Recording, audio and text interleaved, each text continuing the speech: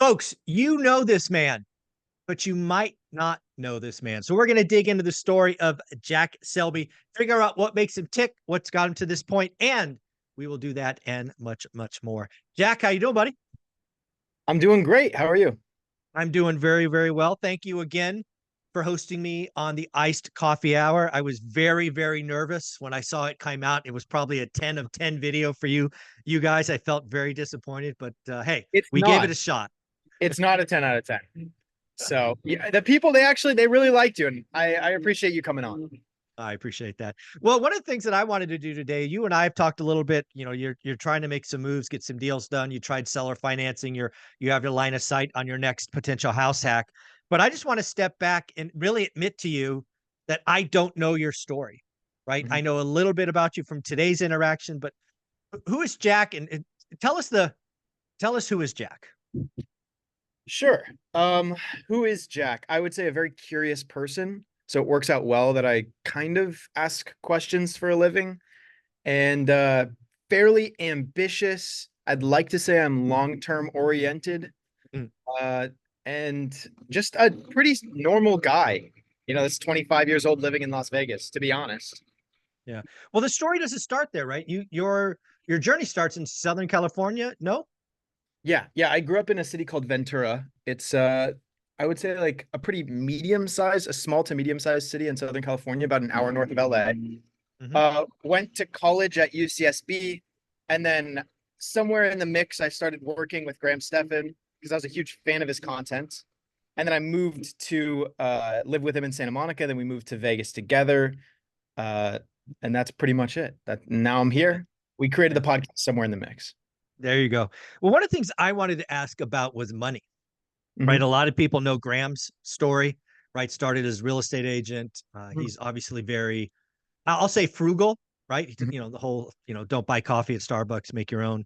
But what is Jack's relationship with money? Are you also conservative, or what's your relationship with money? It's interesting because I've been thinking about that a lot lately. Growing up, I was never really given money at all. So like I would go out with my friends and I had this thing I'd do called play the waiting game, which is essentially like I couldn't afford to get lunch with them because my parents wouldn't give me money to go out. Like I feel like some kids when they're growing up, sometimes you say, "Hey, I want to go get lunch with my friends," and they'd be like, "Okay, here's $10, here's $20, you can go get lunch." Right. Kids would never do that. So I would play the waiting game and I would sit by the table and see if they wouldn't finish their food and I would eat it. And so that led to me being pretty frugal Yeah, growing I would up. guess. I would guess. Yeah. Yeah. And then I was not allowed to get a job, so I couldn't make my own money too. They wanted me to focus on schooling. Okay. So that was a thing. And I think like all of those things put together led to me being pretty frugal. And that's been a habit I've been trying to break recently. Okay. So, when you think about money, do you have an abundance or scarcity mindset when you think about money?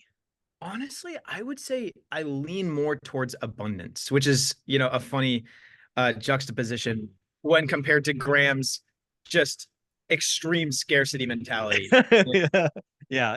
yeah. Yeah, we talked a little bit about it in our discussion. Graham is willing to put together an 8.0 earthquake, kids with disabilities, this, that, the other thing, and he's like, that's what I got to plan for, even though it's got Yeah. like 0.00001% chances when you do the math. I think it's a much healthier place to be, frankly, as a leaning towards abundance. Being that extreme, uh, mindset is frankly a little bit scary, and obviously keeps him up at night. He thinks a lot about it. Um, It's not a belief that serves him well now. no, Like I think it no, was agreed. important for a period of time in there. Oh yeah, But I think you kind of also have to be somewhat in alignment with reality. And I think that that's a little bit of a delusion. And I'll tell this to him that I think it's a little yeah, bit of a delusional belief, and he would potentially even admit so, but he I can't think help it. so. Yeah. Yeah. It's at this point it's hardwired. It appears. I've had several conversations, even privately at lunch one time with my wife, and it's just he believes it, and it's like, okay, I got it. Um, so I know today you are actually house hacking in Las Vegas.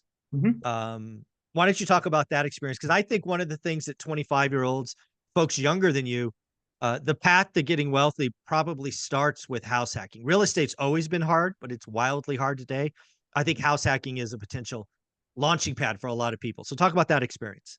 Yeah, absolutely. I would say my house is the best investment I've ever made, aside from like investing in myself and stuff like that. I would say the house is the best investment in terms of ROI.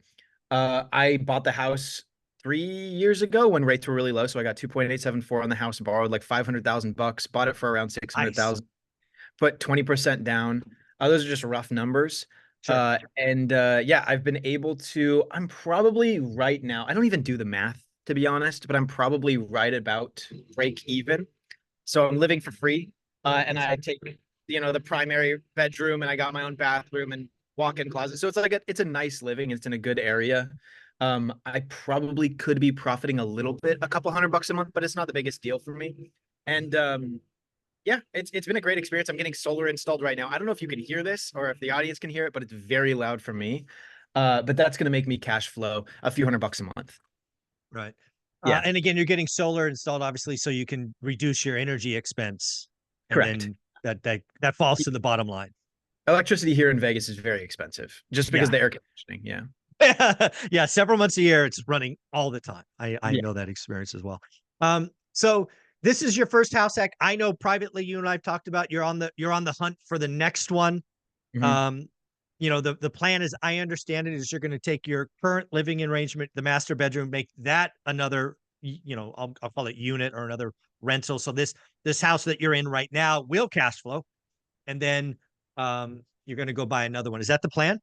Yeah, the plan is pretty like flexible. Like I am comfortable buying a rental property and just continue living here and then renting Okay. out the place.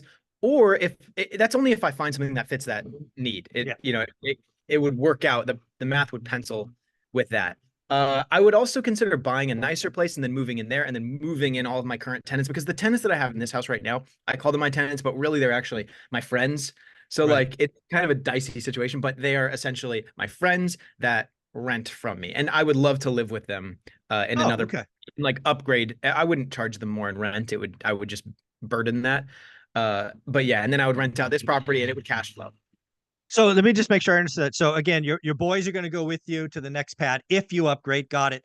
So the place that you're in right now, clean up, blah blah blah. Does that just become a long-term rental to one family, Yeah, or okay, got it. and it would cash flow. Yeah, Yeah. Okay, good. All right. So I got that now. So this would become your first long-term rental. You're not going to do room rent by room or anything like that when you leave. Okay, perfect. That makes a lot more sense.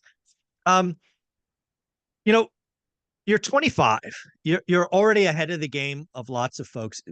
Do you look out, 5 or 10 years and kind of create that long-term plan? Are you more of a 1 year at a time guy?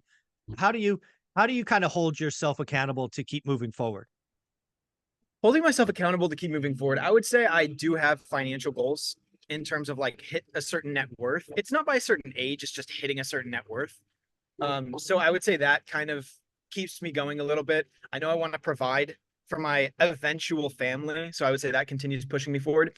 I like to think of where I'll be in 5, 10 years. I don't think it would be Vegas realistically, unless if the podcast continues to demand my presence here. I would probably live in California and have a few million bucks and a few rental properties that are cash flowing where to the point where I wouldn't need to work if I didn't fully feel like it and I could take time off at lengths if I wanted to. But I think I'm industrious to the point where I will always want to have something going on, to be working on something just because it kind of gives me a little bit of purpose. And that's probably where I'd like to be in 5 to 10 years, but it's still so flexible. It's kind of pointless, I feel like, generally speaking, to have goals like that. I read Atomic Habits by James Clear, and he said you never rise to the level of your goals, but you fall to the level of your systems, which I think is very, very true. So, like, having these goals and ambitions won't really pull you towards them. It doesn't do much. Sure, it might provide like a general light at the end of the tunnel, but at the same time, the tunnel is full of twists and turns, and you usually don't end up where you'd expect to be, which is Yeah. exactly my story for the past 5 years. I would have never guessed that I'd be here right now. Yeah. Never. Yeah. One of the things I'm always curious about when I talk to successful people, which I consider you one of them, certainly wildly successful at 25. When you were in school, right? Your parents said, go to school, you can't have a job. Your job's to get a good education. Yeah. Did you always feel like it wasn't you, or did you? Because I'm always struggling with, like, are you an employee or are you an entrepreneur? Mhm. I think you're one or the other. And again, that's my natural bias. I own that bias and I could be wrong. But when you're in school, going to school, your parents say, hey, you can't work. So you don't have money. You got to play the waiting game. Were you always in the back of your mind like, this is just not who I am? Or maybe you didn't know. I think I was just honestly really confused. Like I wouldn't say that it was like super clear to me what I was and where I would fit in. I knew I was smart enough to be able to, and you know, I had generally speaking enough confidence that I would be able to provide enough value to the marketplace to be successful. But I would still say like my life has generally just been cyclical between like confusion and clarity, and then confusion and clarity. So it would be hard to say generally speaking. I knew I was going to be successful in some capacity. Yeah, I had to be. Like it was not really like, you know, whether or not I believed in myself, none of that really mattered to me, to be honest, because that's not really going to change anything. It's just like I was just so convinced that I had to be successful in some capacity. I had to be more successful than my parents. I feel like a lot of sons Yes. specifically will feel that way towards their parents. Oh, amen to that. Yeah. That goes past generations. Yes, you always want to be more successful than your parents, your father specifically, in my case. Yeah. I am curious. Would you call yourself an entrepreneur today? Would you say you're an entrepreneur today? Um, I would say by definition, yeah, technically speaking. I mean, Graham and I, we split the iced coffee hour equity wise, basically. And it's I run the business. So I do most of the, I would say, the business operations. We have agencies that we pay out. We have a couple people that, like contractors and stuff that we pay out. And it is technically speaking a full-on business. We Yeah, have the business checking account. We have our LLC established. So yeah, yeah, I would say an entrepreneur. absolutely. Yeah, I would say that as well. So one of the things that I would love to hear about is, um, you're 25, so that means Gen Z. Do I have that right, or am I off? Yeah, I'm Gen Z. Gen Z. So Gen Z, um, I don't know. When you think about your peers, Gen Z, at least by age, obviously not by status or assets or anything. What do you think the average Gen Z doesn't understand about money? Right? You now run in circles with wildly Yeah. successful people. Every week you're around somebody else who's wildly successful. What is it that the average 25-year-old Gen Z doesn't understand about money? That's a great question. I thought about that a lot because, to tell you the truth, I think what might make me a little bit different than other people in my general situation, like maybe, in social media, making a good amount of money, my age group, maybe, male, they a lot of the times only hang out with other influencers and very successful people, which is generally speaking a good thing. But I think sometimes it can make you maybe not super in tune with the average person. And I make a conscious effort, and I just honestly love like all of my hometown friends, my high school buddies. I live in a house with no other person in this house like makes YouTube videos. They're all just kind of like normal, normal guys. There you go. Which I would Okay. consider myself as well. But I would say like having those connections, I kind of see a little bit of the difference because I spend a good amount of time with like the influencer type, the business entrepreneur type, as well as just like, the W2 people. Um, W2 people. I don't mean that and also like some sort of like a negative connotation. I'm just trying to No. distinguish the difference. Yeah. I would say what people don't understand is that you need to be intentional about money. And I think Ooh. these days people are very, very, very entitled, unfortunately. And I absolutely have been entitled in my life. So I'm not, Mr. Perfect over here, but I think that growing up, we've had more money than we've ever had. And it just makes sense that we would develop in such a way where we feel entitled towards certain things. And they don't want to work for it. They think that they deserve, a coffee at, a nice coffee restaurant, spending like $7 on a coffee if you live in New York because you just put in, you know, let's say an 8-hour shift the day before. So I would Right. say it's like the entitlement and not being intentional about it, and the whole your truth versus my truth rather than the truth. It's like Ooh. you don't think about what the actual truth of the matter is, which is if you save the $8 on the coffee and you invest it over the long term, you are protecting yourself against everything else. Rather than, I guess, just kind of thinking that you are a product of everything else and you have no control over it. So I'm it, I'm it's a lot of kind curious. of rambling, but I would say that's generally it. Be intentional about money. Think about the money that you save. Think about the money that you invest, and don't just think that you're going to be like essentially in a roller coaster, having no control over where you go. You know what I mean? Like take a little bit of Oh yeah. ownership, responsibility for your life. Yeah, one of my favorite books, it's actually on my website, One Rental at a Time, is Extreme Ownership. I think Mhm. even my age group, Gen X, there's so much blaming others. It's, you don't really realize it until you own everything. You're giving power away, right? Mhm. If you own it and you're intentional, you can change it. But if you just blame others, how are you going to change any of your circumstances? So I love that, being intentional. I am curious that I love the fact that you kind of play both roles, right? You obviously run in a very high end circle of influencers, but your boys, your high school friends are still on the other side as well. So you get that overlap. Do you think the average Gen Z thinks it's possible to get rich? Uh, the average no. Do you think the average Gen Z wants to be an influencer of some type? Yes, I would say so. That's an interesting dichotomy. Yeah.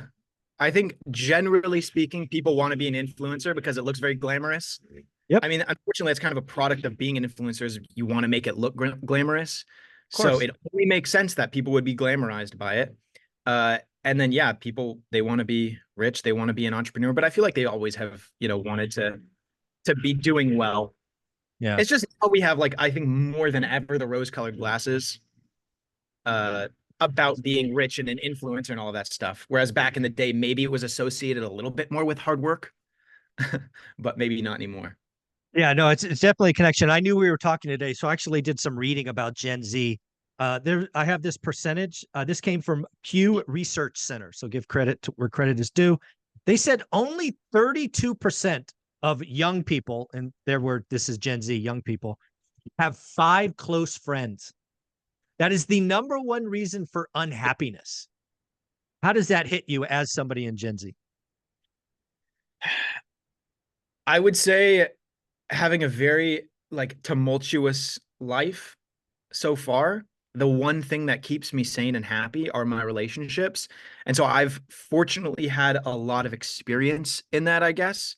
When I hit my lowest lows, like the people that made it okay were, I guess, the things that made it okay were the people when they came and they supported me through that. And so that's given me a lot of clarity towards that.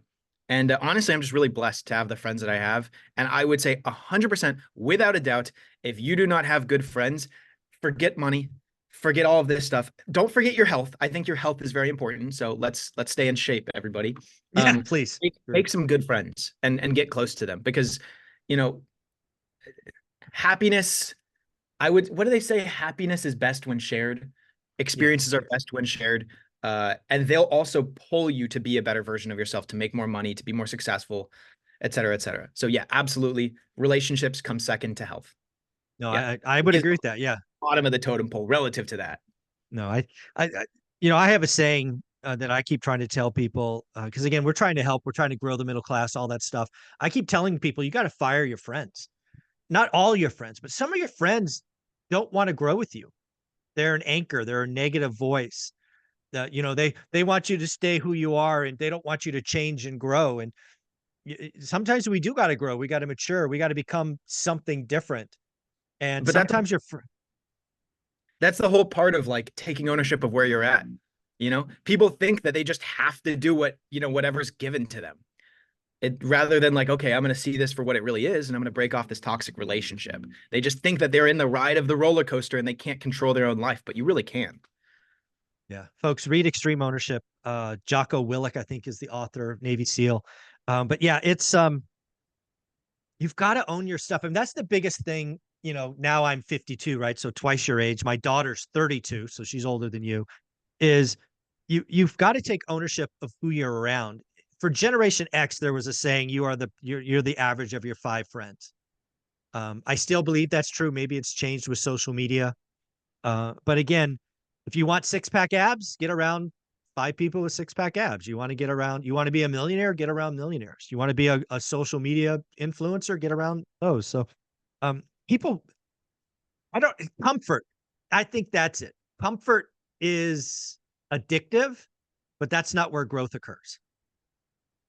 Absolutely. And sometimes the change is more uncomfortable, even if there's a reward on the other side of the change, than it is to just remain with, I guess, whatever you're used to, even if it is mildly uncomfortable.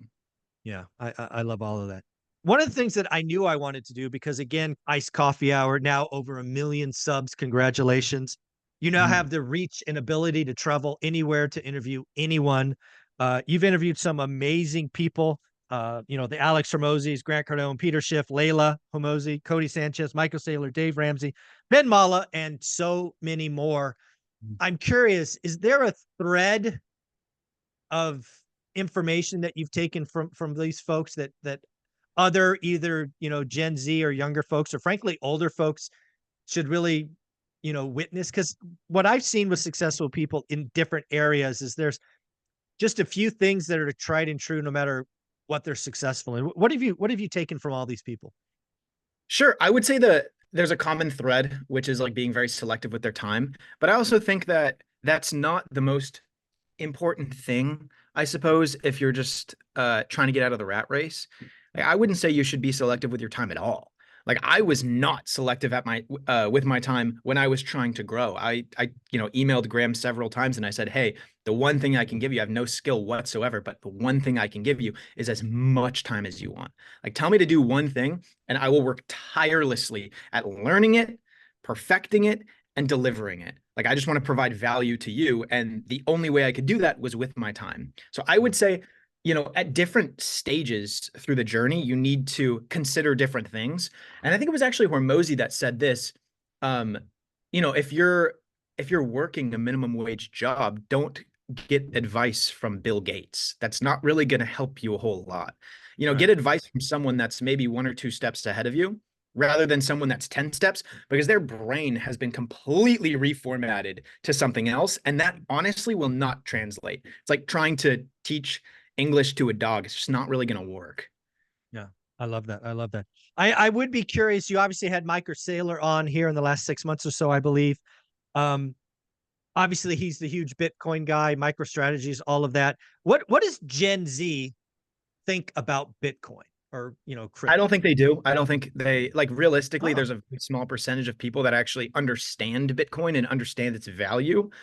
I have a very limited understanding of Bitcoin, but I probably understand more than 99% of Gen Z.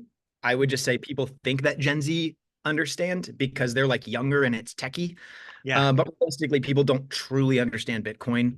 Well, I shouldn't say people, but I would say like the average Gen Z person. I think that Okay. once again, like we still think of like the Gen Z people on TikTok and social media, and we think that somehow every one of us is like that. But in actuality, very, very, very few are.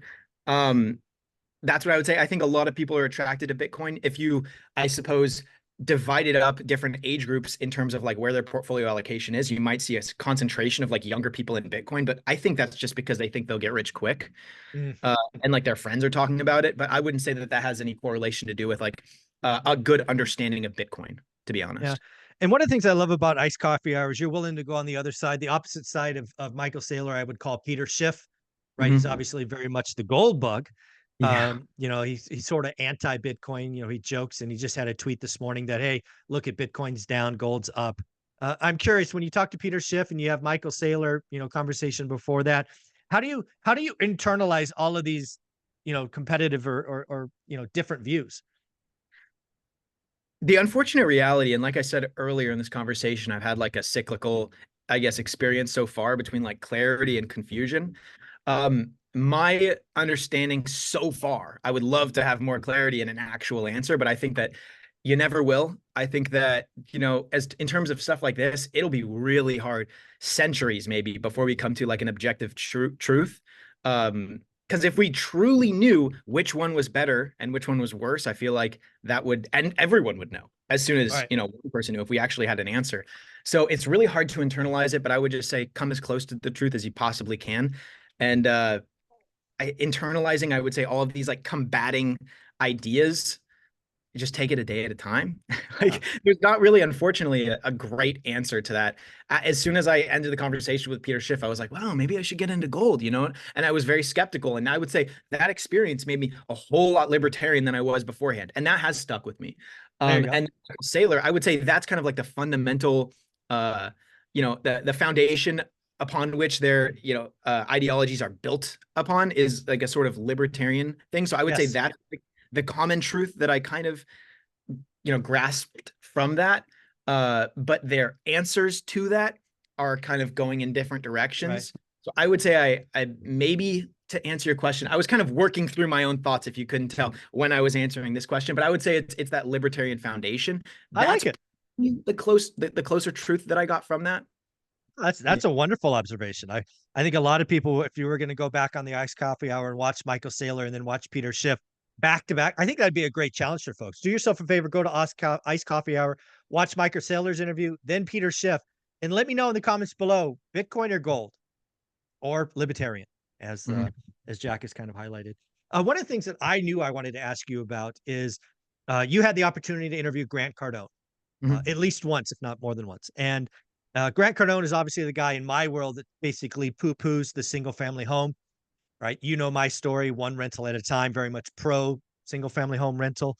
I'm curious when you think about what Grant Cardone is out there saying, and then how we talked about, a month or two ago.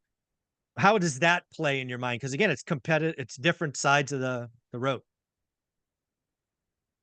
Interesting question. I would say to all of the gurus out there, whether that's Dave Ramsey, Grant Cardone, Graham Stephan, they all have their own way that they did it that worked out for them. And unfortunately, you can't really say in a dogmatic way that one thing is 100% going to work 100% of the time. Certain things work for certain people. And I guess for like Grant Cardone, I agree with you. This was a big part of our discussion.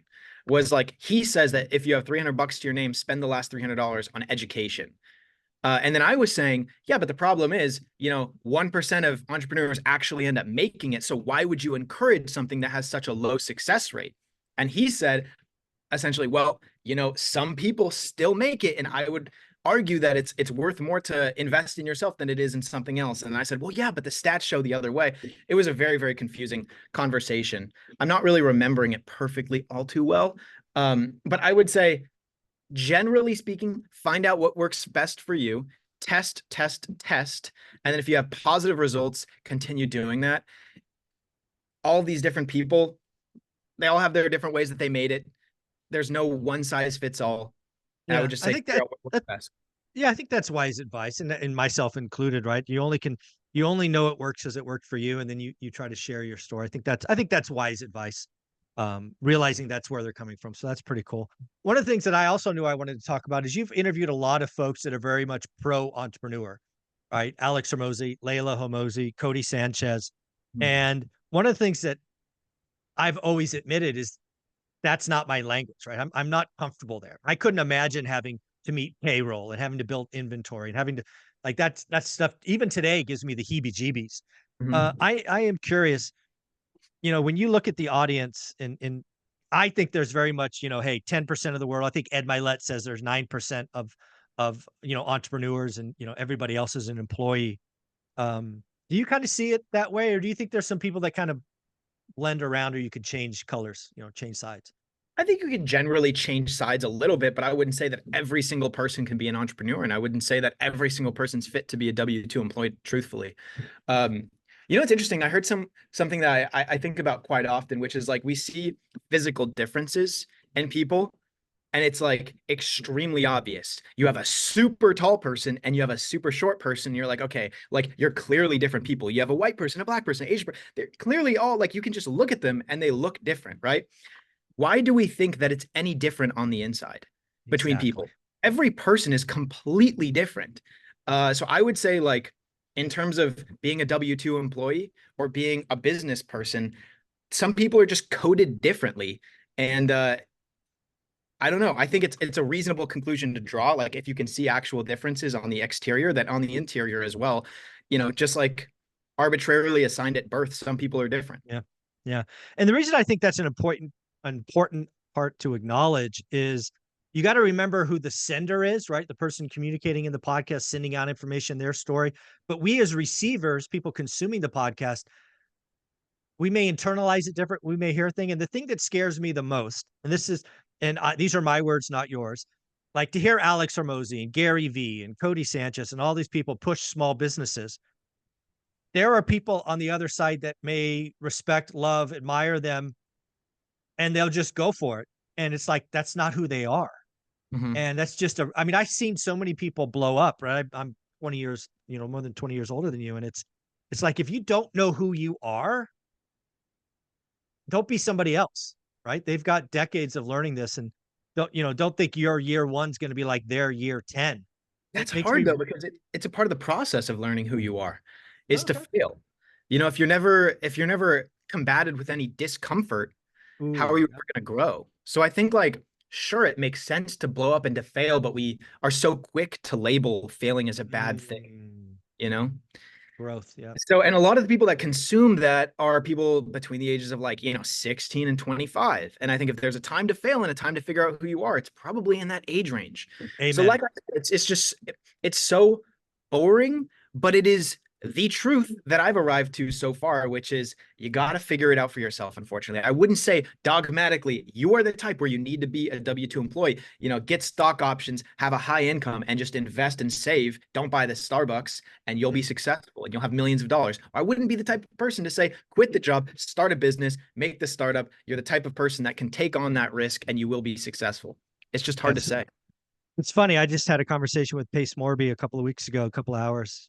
And the real crux of that conversation was know thyself, which is kind of where this Mhm. conversation has gone. Is you got to figure out, know thyself, make mistakes early. Totally agree. 16 to 25 is the perfect time to try, fail, get up, try again, right? Learn, right? There is no failure if you get up and learn. But people really got to know themselves. Is that a fair place to kind of get to? Absolutely. Yeah. And there's no better way to know yourself than to go through some strife and struggle and, you know, I guess come up against reality. What, there's always a way that I like to think about things, which is like you can live in your own like fairy tale land. That's totally fine. But eventually, even if you're getting successful within this fairy tale land, you will come up against reality.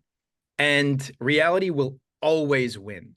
And are you humble enough to be able to see reality for what it is and to be flexible enough, egoically speaking, to transform your beliefs, to be a little bit more in alignment with reality? Someone said, like, how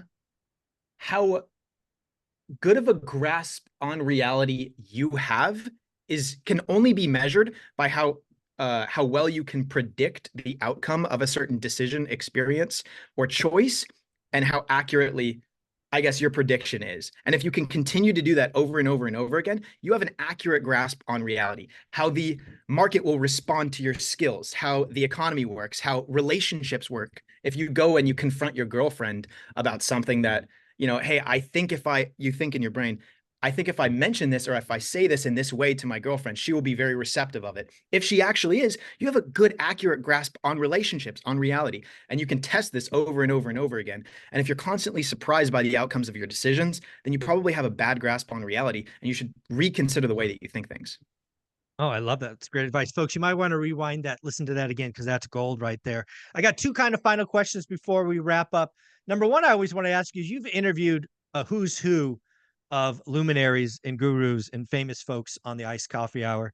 Why don't you name a couple, two or three interviews that have stuck with you all this time? Whether you call them your favorites or your most impactful, whatever you want to say. What were two or three that really Jack Selby felt? I mean, it's hard to compare anything to like the first couple of times that I was fangirling.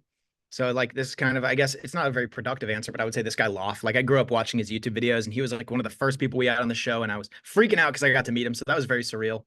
Awesome. But there's nothing really to take away from that, aside from maybe the fact that there's novelty, and novelty is like Yeah. super exciting. Yeah. But I would say aside from that, our first one with Alex Hormozy was incredible, because he went on this, I guess, this explanation of like belief statements and how you should stay away from them, and rather just like, I guess real statements, because belief statements are an abstraction of the truth. It's a subjective experience of the truth rather than the actual truth. It's your fairy tale land coming up against reality. And you should just speak just in terms of real statements. That's me kind of just, I guess, my explanation. It's an abstraction of what he was saying. Sure. But I thought that was really interesting. And then another one, I would say like another interview would be our second Dr. K one. I was going through a little bit of something personally for a few years, and that was a really weird one because this is the first time I've mentioned this, I guess, somewhat publicly, but like I kind of choked up a little bit on that podcast, oddly enough, just because I guess right time to have a certain conversation, which was like growing up with like undiagnosed ADHD was, if anyone has had that happen to them, it's kind of a difficult experience. And I guess I had some like revelation sometime throughout that podcast. And it was weird because I'm not the type of guy to ever get emotional. That's just not me. Right. But I kind of choked up a little bit, cut the entire segment out, was way too uncomfortable with posting that. Not putting that out there. Yeah, we're not putting that out there. But I would say that one was pretty transformational. Wow. That's Yeah. awesome. That's awesome. Very, very cool. The other thing I knew I wanted to ask you again, you probably can get nearly any interview or guest you want at this point, certainly because you have the ability to travel to them, which certainly makes it easier. But do you have a dream list, you and Graham, 2 or 3 folks that's still on the board that you've yet to connect with?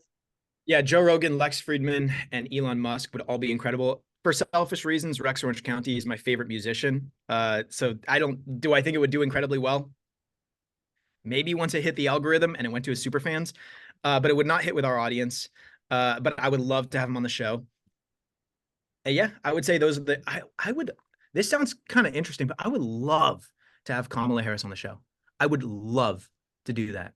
Genuinely would love. I would like having Trump on the show would be cool, but I know what he would say Right. when I challenged him on certain things. Like I can already predict that. But Kamala Harris, I have No idea. no idea. So like for me, that would be fascinating, Yeah. I would probably Yeah. rather beat Trump for selfish reasons, but Kamala Harris, I would love to ask her questions. A lot of people would love to ask her questions. Not a lot of people Yeah. get to. I think she's hiding in the basement a lot, but there you A go. little bit, Well, yeah. this has been a lot of fun for me. I appreciate you saying yes to this. I know how busy you are. If somebody wanted to reach out, follow you, where do you want to send them? Just send them to Ice Coffee Hour. Does Jack Selby have a spot? Where do you want to send people? Yeah, I mean, if you want to see the show, Ice Coffee Hour on YouTube, if you want to check out my Instagram or like message me or anything, JLSSELBY on Instagram. I will also, I like to, if I ever go on someone's show, I like to leave like a little parting message. And the main thing is stay in shape. That's very important. Do not get obese. That is not a good thing. We're kind of in a situation now where people think that it's like okay to be whatever you want, but I think generally speaking, you should always try to be fit. It's hard to have a clear mind when you don't take care and respect your body. So I would say get fit, have great friends, have people that are close to you. And finally, if you do want to take the risk and be successful entrepreneur style, the best way of doing that worked for me, works for most people, if you're a hardworking person, is find a mentor. That can never be stressed enough. If you want to be successful, that's the way to do it. I guarantee you, if you work hard and find a good mentor, you would be successful. You will be successful. So, Folks, absolutely. that is Jack Selby, one of a kind. Thank you, my friend. Take care. Thank you.